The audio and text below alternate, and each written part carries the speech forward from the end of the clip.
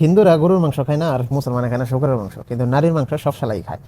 এই যে মেয়েটা মুসলমান আর ছেলেটা হিন্দু ধরা পড়ছে, এটা নাকি রোজার মধ্যে ধরা পড়ছে, তো এটা এখন ভাইরাল হয়েছে। এখানে অনেকগুলো প্রশ্ন থেকে থাকে যে এখন কেন ভাইরাল হলো, এতদিন কেন ভাইরাল হইলো না, কি এমন উদ্দেশ্য পিছনে ছিল যার কারণে এতদিন মেয়েটার ভিডিওটা হাইড করে রাখা হয়েছিল, এখন বের করে দেওয়া হয়েছে। আচ্ছা যাই হোক, ওটা পরের কথা পড়ে। শুধু এই মেয়ে না, এরকম শত শত বাঙালি মুসলমান ছেলে আছে যারা হিন্দু মেয়েদের সাথে অবৈধ সম্পর্ক আছে, অথচ আমরা এগুলো কেউ জানিও না। আর ওইগুলোই আমরা জানি যেগুলো মনে করেন যে বাইরেই আসে। আর লোচা তো সব শালাই, লোচা সব শালাই মাইয়ার মাংস পাইলে সব শালাই দিব। আর এখনকার যে যুগটা হয়ে গেছে, এরকম একটা অবস্থা যে একটা মানুষের কোনো কিছু হইলে আগে ভিডিও করে সোশ্যাল মিডিয়াতে ছেড়ে দিব। আমাদের বাংলাদেশের মান সম্মান নষ্ট করার জন্য অন্য কোনো দেশের মানুষের প্রয়োজন হয় না, আমরা বাঙালিরা নিজেরাই যথেষ্ট। কারণ ওই যে যা পাই সবকিছু সোশ্যাল মিডিয়াতে ছেড়ে দিই আর নিজের অনেক বড় সেলিব্রিটি মনে করি যে আমরা এটা করে দিচ্ছি।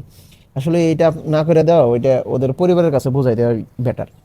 অল লাইফ আপনি তো সোশ্যাল মিডিয়াতে ভাইরাল করার মতো আপনার নাই, আপনি তো আর কোনো মিডিয়া না, বা আহ, আপনার ওই রকম অধিকারও নাই যে আপনি আরেকজনের মান সম্মান নিয়ে সোশ্যাল মিডিয়াতে ছড়াছড়ি করবেন।